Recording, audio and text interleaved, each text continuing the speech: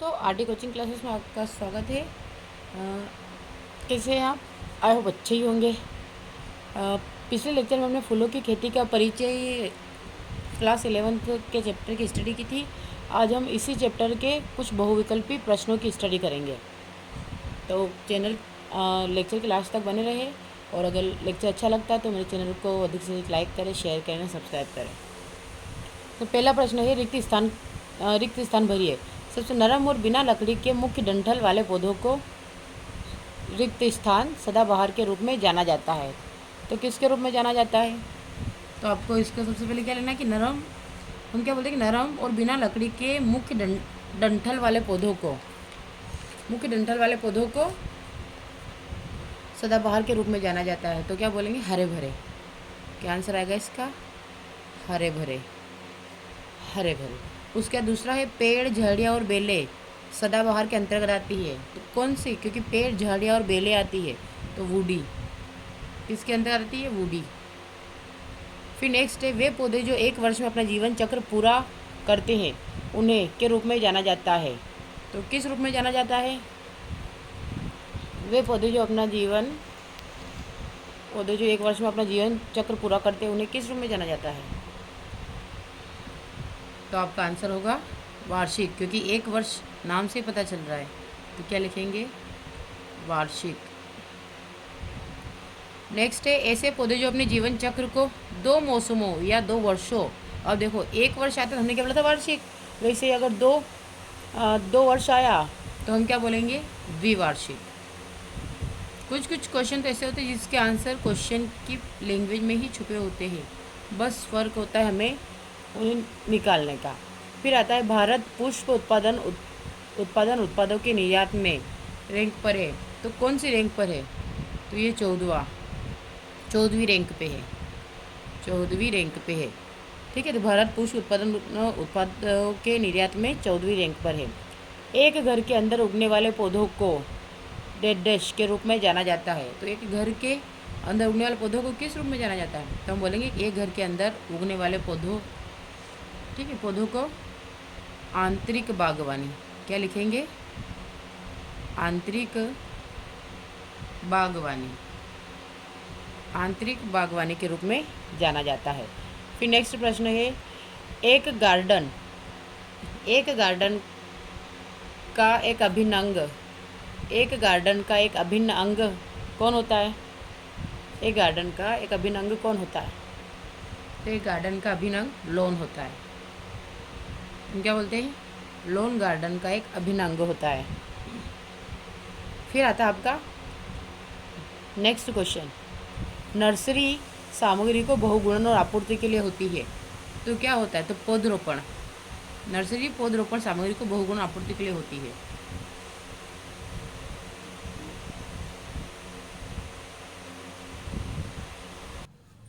अब नेक्स्ट आपका, cut Green's या कट फोलिएज फूलों को लगाने में कट फ्लावर के साथ डैश के रूप में उपयोग किया जाता है। तो डैश के रूप में क्या उपयोग किया जाता है? तो फिलर्स। क्या लिखेंगे हम? फिलर्स। ये सारे आंसर आपकी बुक्स के अंदर ही छुपे होते हैं, बस आपको ढूंढना होता है। फिलर्स।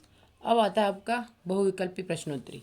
इसमें देते हैं, तो फ्लोरिकल्चर बागवानी की एक शाखा है जो इससे संबंधित है। ठीक है, क्या क्वेश्चन है आपका? फ्लोरिकल्चर बागवानी की एक शाखा है जो इससे संबंधित है। तो इनमें से किसी से संबंधित है? किससे संबंधित है? तो फूलों की खेती, क्योंकि हम फ्लोरिकल्चर में फूलों की खेती करते हैं। तो किससे संबंधित है?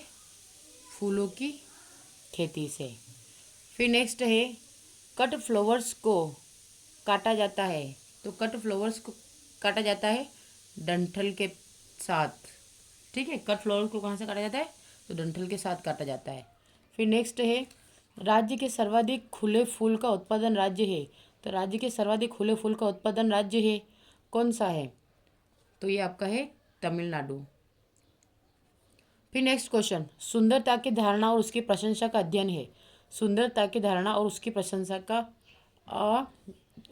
का अध्ययन है। तो सौंदर्य मूल्य। क्या होगा? सुंदर, क्योंकि सुंदरता की धारणा है तो सौंदर्य मूल्य होगा ना। नेक्स्ट, निम्नलिखित पर वर्णन करें। फूलों की खेती ठीक है, ये आपका। तो हम सबसे पहले फूलों की खेती इसकी स्टडी करेंगे, तो ये आपके सारे आंसर बुक्स के अंदर ही है, तो आप नोट करते जाएं। ये आपका आंसर है, फ्लोरिकल्चर बागवानी की एक शाखा है जो सजावटी पौधों की खेती, प्रसंस्करण और विपणन, बगीचों के साथ भू निर्माण और रख रखाव से संबंधित है, ताकि आसपास का सौंदर्य की दृष्टि से सुखद वातावरण दिखाई दे। ये आपको इतना फूलों की खेती के अंतर्गत लिख लेना है, अगर आपको 2 नंबर के हिसाब से चाहिए तो। उसके बाद आपका नेक्स्ट क्या है, खुले फूल और कट फ्लावर के बीच अंतर बताइए। अब फूलों की खेती और कट फ्लावर के बीच में अंतर ये रहा आपका, तो यहाँ से आप पॉइंट बना के लिख लेना। खुले फूल का उत्पादन, तो खुले फूल कैलिक्स के ठीक नीचे पौधों से चुनकर तोड़े जाते हैं, इनमें डंठल जुड़े हुए नहीं होते। खुले फूल बहुत मांग विशेष रूप से एशियाई देशों में वेणी, रंगोली, कंगन, महिलाओं के लिए बालों के अलंकरण और माला, धार्मिक प्रसाद और विभिन्न सामाजिक कार्यों में सजावटी प्रयोजनों हेतु उपयोग होते हैं। खुले फूलों में गुलाब, क्रिंथेसेमस, गेंदा, चमेली, कंदरा, गिलार्डिया और क्रोनसेड्रा, बोरलिया, चांदनी। ठीक है, ये इस टाइप के सारे आते हैं, लेकिन आप इनमें से कुछ के एग्जांपल दे देंगे तो भी आपका चलेगा। बस आपको डिफरेंस निकालना है, तो आप चाहें तो आप टेबल बना लें कि खुले फूल का उत्पादन और कट ग्रीन्स का उत्पादन, और टेबल बना के उसके अंदर इनको दर्शा सकते हैं। और दूसरा आता है इसी के अंतर कट ग्रीन्स का उत्पादन। तो कट ग्रीन्स या कट फोलिएज यानी कि पत्ते और तने रूप, रंग और ताजगी में आकर्षक होते हैं। ये लंबे समय तक स्थायी रहते हैं और फ्लोरिकल्चर ट्रेड में इनकी काफ़ी मांग है। इनका उपयोग फूलों की व्यवस्था में कटे हुए फूलों के साथ भराव के रूप में किया जाता है तथा सौंदर्य मूल्य बढ़ाने हेतु कहीं कहीं और किया भी जाता है। ये आपके हो गए खुले फूल का उत्पादन और कट ग्रीन्स का उत्पादन के बीच डिफरेंस। और नेक्स्ट पूछा आपका कट ग्रीन्स क्या होता है, तो अब ये भी देख लेते हैं हम।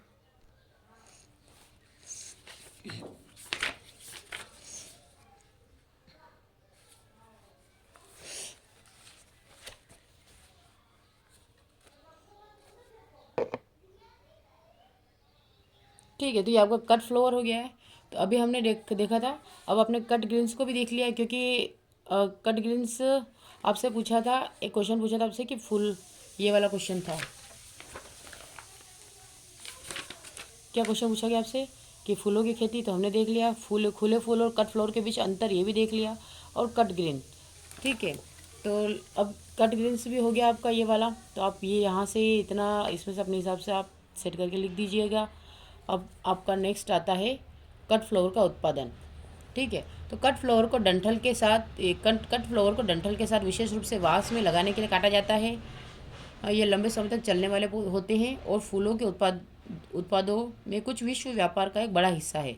फूलों की महत्वपूर्ण फसलें गुलाब, carnation, chrysanthemums, orchid, gerbera lily, gladiolus, tulip, narcissus, bird of paradise, heliconia, anemone, ranunculus, tulip, केपा लिली आदि होते हैं। इस टाइप से आप इनमें से भी अपने हिसाब से सिलेक्ट करके लिख सकते हैं। यहाँ तक लिखे या पूरा लिखे, वो आप पे डिपेंड करता है।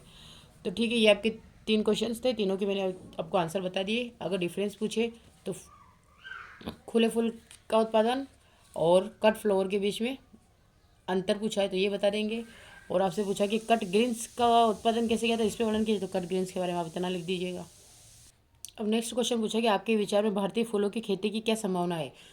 ठीक है, तो इसका आंसर हम इस यहाँ पे देखेंगे। ये पेज नंबर है आपके, पेज नंबर 7 पर। तो आप ऐसे ही यहाँ पे, क्योंकि मैं आपको तरीके भी सिखाते हूँ, आप क्या लिख देंगे, पेज नंबर 7 पर आपको इसका आंसर मिलेगा। अब फूलों की खेती की संभावनाएं, तो भारत में फूलों की खेती की संभावनाएं और वर्तमान स्थिति, तो बदलती जीवन शैली और प्रगति, व्यक्ति आय में वृद्धि के कारण फूलों की खेती की मांग थी काफ़ी हद तक बढ़ गई। वर्तमान में यह फूलों तथा इसके उत्पादों की मांग में निरंतर वृद्धि के कारण व्यापार करने वाले लाभ में से एक बन गया। भारत से होने वाले फूलों के निर्यात में मुख्य रूप से ताजे कट फ्लावर्स और सूखे फूलों को ही भेजा जाता है। फूलों की खेती में राजस्व उत्पादन के विभिन्न क्षेत्रों में cut flower production, loose flower production, nursery potted, plants seed industries, सुगंधित तेलों की निष्कर्षण और मूल्यवर्धित उत्पाद शामिल है। और खुले फूलों का उत्पादन तमिलनाडु में सबसे अधिक, इसके बाद कर्नाटक और मध्य प्रदेश में। तो आपको ये भी याद रखना, क्योंकि अभी हमने देखा था 3 ऑप्शन आए थे, उसमें सबसे पहले हमने टिक के लगाया था तमिलनाडु। तो खुले फूलों का उत्पादन तमिलनाडु में सबसे अधिक, इसके बाद कर्नाटक और मध्य प्रदेश में, जबकि कट फ्लावर का उत्पादन फ्लावर पश्चिम बंगाल में सबसे अधिक तो आपको अगर कट फ्लावर का पूछे तो सबसे अधिक कहाँ आएगा, पश्चिम बंगाल में, और खुले फूलों को पूछे सबसे ज़्यादा तमिलनाडु में फर्स्ट। इसके बाद कर्नाटक, उड़ीसा, उत्तर प्रदेश का उत्पादन होता है। तो आप इतना ही लिख देंगे तो आपके लिए काफ़ी होगा, सफिशियंट आंसर है आपका। अब आपका नेक्स्ट क्वेश्चन है, आपको लगता है लोन महत्वपूर्ण है, यदि हाँ तो क्यों? तो जी हम इसके लिए क्या सबसे पहले हम आंसर बनाएंगे, क्या बनाएंगे कि जी हाँ, लोन हमारे लिए महत्वपूर्ण है। क्यों है? तो उसके लिए हम लिखेंगे कि लोन का महत्व या लोन की उपयोगिता, हेडिंग डाल देंगे। उसके बाद आप ही इसका ही आंसर लिख देंगे। ठीक है, कि यह एक खेत में घर के सामने एक खुली जगह या बगीचे में बनाया गया एक अच्छी तरह से बनाया हुआ मैदान है, ये पहला ऑप्शन हो जाएगा। क्या पहला पॉइंट?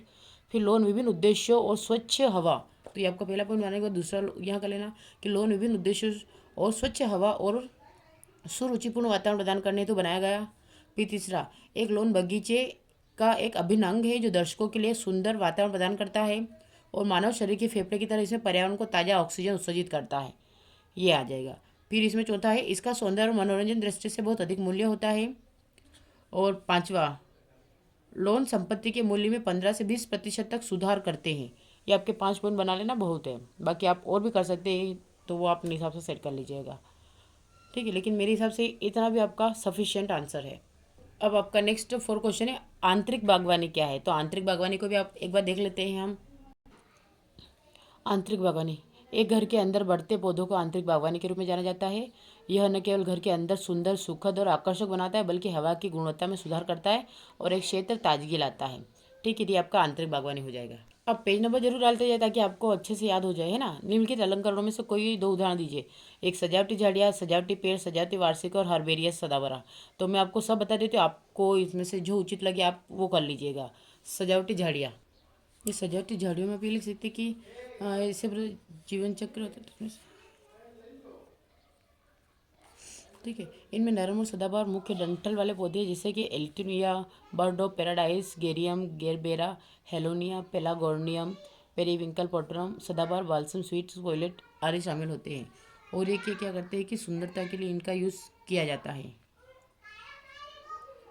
ठीक है, पूरा देखना तो यहाँ से भी कर सकते हैं कि पौधे के प्रकार के आधार पर यहाँ पे हर्बेरियस होता है, लिलियम, वर्बेना, वायोला आदि। फिर झाड़ियाँ देखें तो बोगरविलिया, चमेली, लोसनिया, हमेलिया, निक्टेंथेस, रोज, टेकोमा आदि। अगर पेड़ की बात करें तो गुलमोहर, पलास, अमलतास, कदम, प्राइड ऑफ इंडिया आदि। या फिर आरोही लता की बात करें तो एडेनोकेमिला, एंटीगोनन, रंगून, क्रीपर, मधुर, ये सारे सजावटियों के रूप में ही यूज़ करते हैं। तो ये सारे चारों प्रकार के दे रखे। अब आपका लास्ट आता आपका, अब आपका लास्ट है क्या, कॉलम मिलाइए। तो सबसे पहले बल्ब नुमा। अब बल्ब नुमा क्या होता है? तो बल्ब नुमा होता है लिली, कंद और ट्यूलिप। तो आप क्या लिखेंगे? ये बल्ब नुमा। दूसरा आपका बोला गया है कॉमर्स पौधे। तो जो कॉमर्स पौधे होते हैं वो क्या होते हैं? क्रोकस हेलियोलस। तो ये आ जाएगा आपका क्रोकस हेलियोलस। फिर राइजोमेटस पौधे। तो जो राइजोमेटस पौधे हैं वो इधर है, कन्ना, आइरिस, कमल, ये राइजोमेटस पौधे हैं। फिर आता है आपका कंद के पौधे। तो कंद के पौधे जो होते हैं बेगोनिया या डहेलिया, ये कंद के पौधे आ गए। उसके बाद आता है आपका वार्षिक। अब वार्षिक की बात करें तो वार्षिक आपका आता है चीनी एस्टर या कार्नेशन, चीनी एस्टर या ये कार्नेशन। उसके बाद पूछा गया आपका द्विवार्षिक पौधे। हमने अभी देखे थे द्विवार्षिक पौधे कौन होते हैं, तो होली होक और पेंसी, ये होते हैं आपके द्विवार्षिक। अब सदाबहार की जस्ट अभी बात की, सी फिस्टुला, हिबिस्कस, रोजा, साइनेंसिस। तो ये आपका हो जाएगा सदाबहार। ठीक है, तो आज के लेक्चर में हमने पहले चैप्टर फ्लोरिकल्चर या खुले में खेती करना, ये फूलों की खेती का परिचय पार्ट के सारे क्वेश्चंस अच्छे से कवर किए हैं।